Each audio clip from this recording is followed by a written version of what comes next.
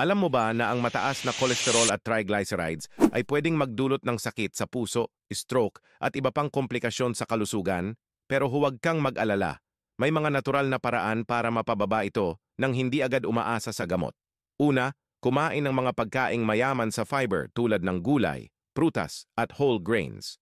Nakakatulong itong sumipsip ng bad cholesterol sa katawan.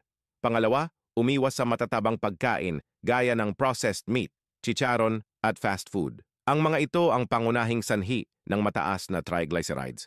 Pangatlo, gumamit ng healthy oils tulad ng olive oil o coconut oil sa halip na mantika na paulit-ulit ng ginamit. Pang-apat, mag-ehersisyo araw-araw. Kahit 30 minuto lang na brisk walking ay malaking tulong para mapababa ang kolesterol at taba sa dugo. Panglima, uminom ng maraming tubig.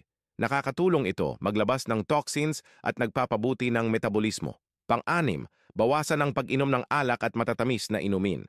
Ang sobrang sugar ay nagiging triglycerides sa katawan.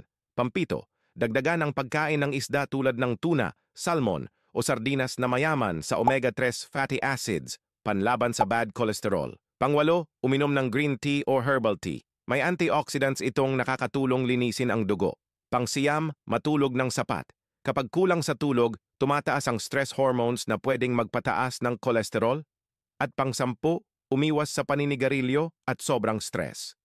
Parehong nakakasira ng blood vessels at nagpapataas ng panganib ng heart disease. Sa halip na puro gamot, subukan mo muna ang mga natural na paraan na ito. Simulan sa tamang pagkain, ehersisyo at disiplina dahil ang kalusugan ng puso ay nasa iyong mga kamay. Follow for more.